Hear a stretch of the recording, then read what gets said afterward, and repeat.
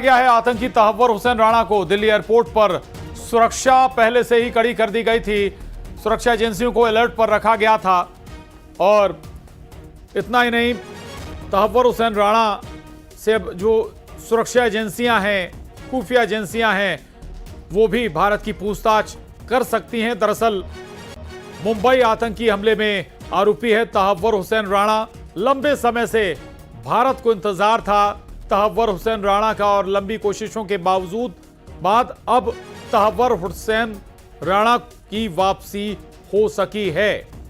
और मुंबई आतंकी हमले मामले में अब कुछ और तार खुल सकते हैं। कुछ और आरोपी हालांकि अभी तक आने बाकी हैं, लेकिन यह बड़ी सफलता माना जाएगा इस केस में। है कि आतंकी तहव्वुर राणा ने भारत की जमीन पर कदम रख लिए हैं। उनको जो विशेष विमान लेकर आया था वो लैंड कर चुका है। अब बस कुछ ही देर की बात है जब वो यहाँ से पालम एयरपोर्ट के टेक्निकल से बाहर निकलेगा। उसे भारी सुरक्षा बंदोबस्त के बीच में या लेकर सीधे एयरपोर्ट से NIA के मुख्यालय लेके जाया जाएगा, जहाँ उसका मेडिकल होगा।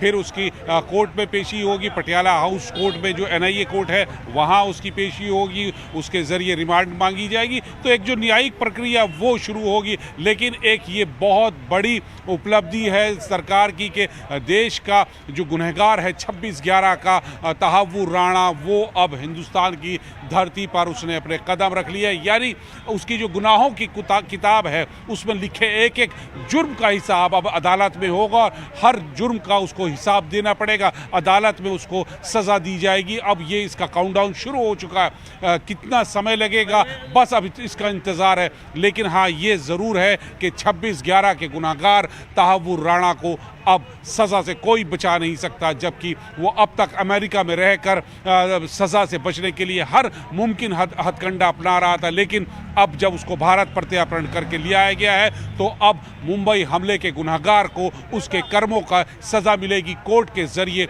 उसे हर जुर्म की सज़ा मिलेगी जो उसने देश के खिलाफ किया है।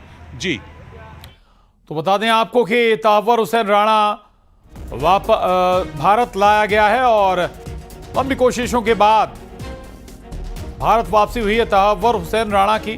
मुंबई हमलों मामले में डेविड कोलमैन हेडली का सबसे बड़ा सहयोगी था।